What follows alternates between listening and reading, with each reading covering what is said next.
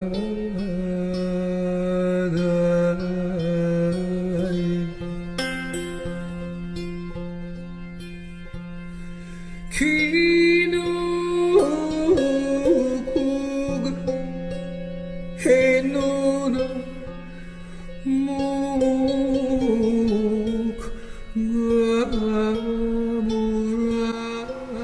understand the removal of King Leopold's statue, you have to go back to the beginning of the 20th century with the colonization of Congo. Congo was a colony up until 1960, and during that time, cotton, palm oil, coffee, cacao, rubber, gold, diamonds, copper, cobalt were all their main exports, none of it being distributed to the Africans doing the labor. Private corporations extracted resources and enriched generations to come. The colonization of the Congo came to an end thanks to the work of Patrice Lumumba, who paid for it with his life. Patrice Lumumba, who would become the first prime minister of Congo, was heavily involved with politics before he came into office. In December of 1958, Patrice Lumumba represented the movement of national Congolese as a delegate at the All-African People's Conference, which was held in Accra, Ghana. And the next year, in 1959, he would be arrested for participating in an anti-colonial protest and would serve 69 months in Stanleyville. June 24th, 1960, Patrice Lumumba would take office, and just 6 days later, Belgium would begin to renegotiate their mining rights. Belgium specifically had an interest in Katanga, which was a province in the southeastern part of Congo, which was very mineral rich. Belgium had a specific interest in maintaining Katanga as a colony because it was so rich in resources. On July 10th, 1961, Belgium deployed 6,000 troops to the province of Katanga, which was in the southeastern part of the country. This province was very mineral rich and was ruled by Moise Tshombe. Tshombe was loyal to the Belgians and would work to maintain colonial power in the Democratic People's Republic of Congo. He escalated the tensions when he decided to declare independence from the Democratic People's Republic of Congo on July 11th, 1961. July 11th, 1961, one day after Belgium deployed mercenaries, he would declare Katanga as an independent province from the Democratic People's Republic of Congo. The mining cartel Union Minière was an Anglo-Belgian corporation that armed and financed rebels in Katanga. Mercenaries were hired by Belgian and French, were prepared to keep colonialism alive.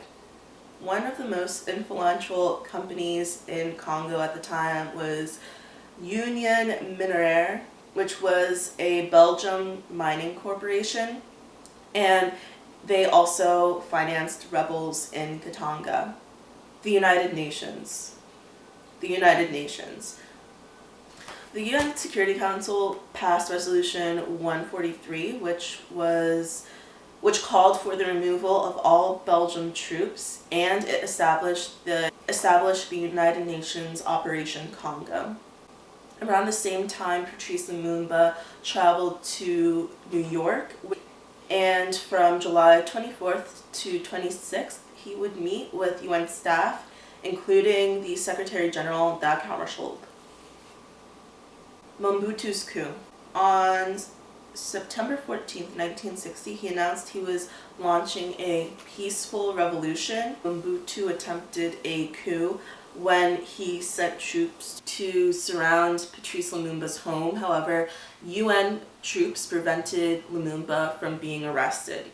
November 27th, Lumumba was forced to flee from the capital and left in a convoy with Remy Mbawa, Pierre Muele, and his family to go to the Oriental Province border to meet with soldiers who were still loyal to his government. On December 1st, 1960, as they crossed the Sankuru River, Mobutu's men caught up to them and captured Patrice Lumumba's wife, Pauline, and his child. Lumumba had made it to the far side of the river at this point, but made the hard decision to go back to get his family. The same week that Patrice Lumumba was forced to flee with his family, Dag Hammarskjöld on July 7th, 1960, made an appeal to that Patrice Lumumba be treated with due process, and the Soviet Union demanded that Patrice Lumumba be released.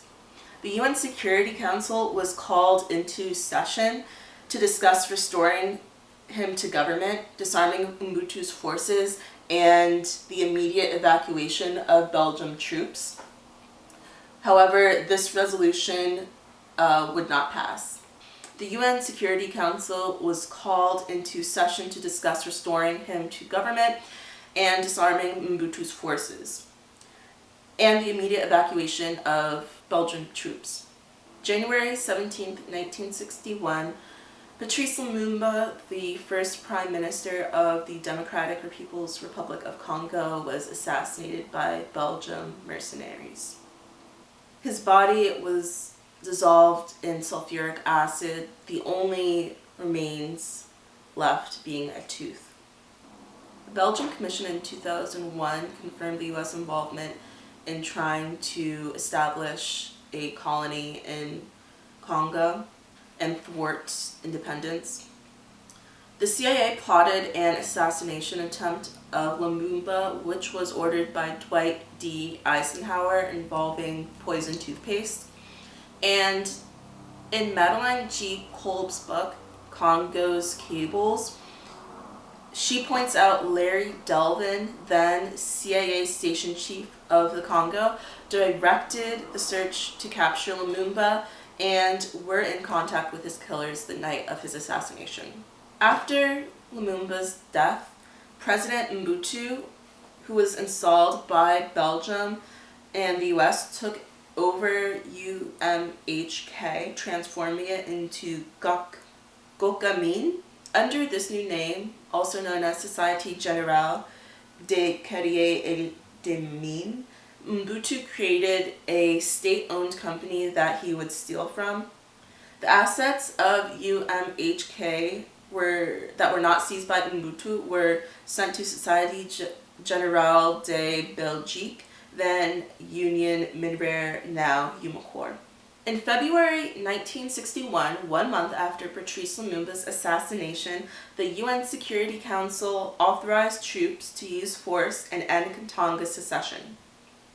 Ireland became involved as their troops were deployed to Elizabethville, led by Conor Cruise O'Brien. Sean Lemas and Frank Allen, who was a former IRA commander, were deployed in the 32nd Battalion.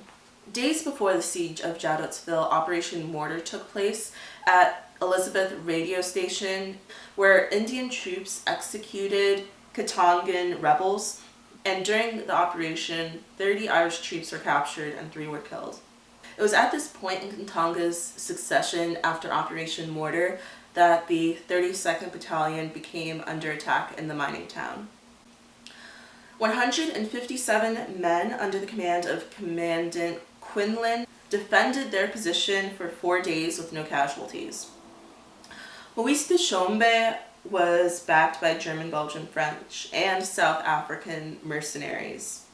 The 32nd Battalion was armed with machine guns and 60mm mortars, while the mercenaries had a 77mm machine gun, and there are several attempts made to alleviate the siege by Swedish and Irish troops, but they were unsuccessful in part due to a Fuga Magister trainer jet fitted with. On September 17, 1961, Quinlan accepted a second offer of surrender from the Katangese. Irish soldiers were held captive for a month before being exchanged for prisoners. The actions of the 32nd Battalion would not be recognized by their government until the 2000s. One day after the Battle of Jadotville, Dag Hammarskjöld's plane would crash while en route to Congo to negotiate a truce between Congolese and United Nations troops. In 1962, a Rhodesian investigation into the crash would blame the pilot. However, the United Nations investigation could not determine a cause. In 1998, files from the South African National Intelligence Agency were shared with the South African Truth and Reconciliation Commission, which revealed then CIA Director Alan Dulles said, quote, Dag is becoming troublesome and should be removed. In 2015, the UN would reopen an investigation into his death. President Chombe drove to Ndola Airport for ceasefire discussions with the United Nations. But fate intervened as the aircraft carrying Mr. Dag Hammarskjöld, Secretary General of the United Nations, crashed into the bush 7.5 miles north of Ndola.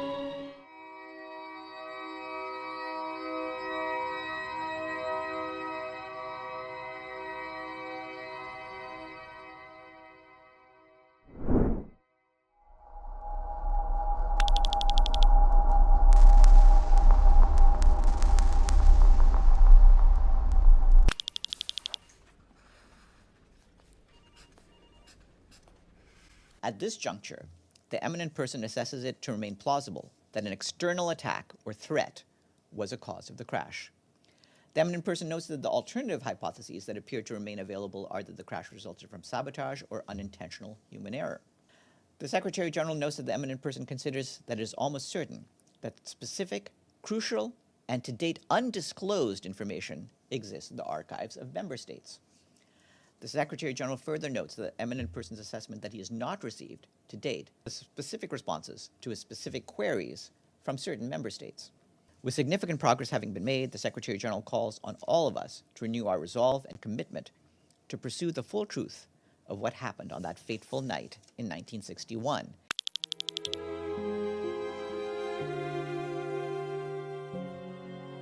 This great organization grew out of the pain and turmoil of the last war. It welded together in what should be a continued cooperation for world peace, all those who had fought against oppression. By all who have sacrificed themselves, by all sacrificing themselves in the fight for freedom and peace.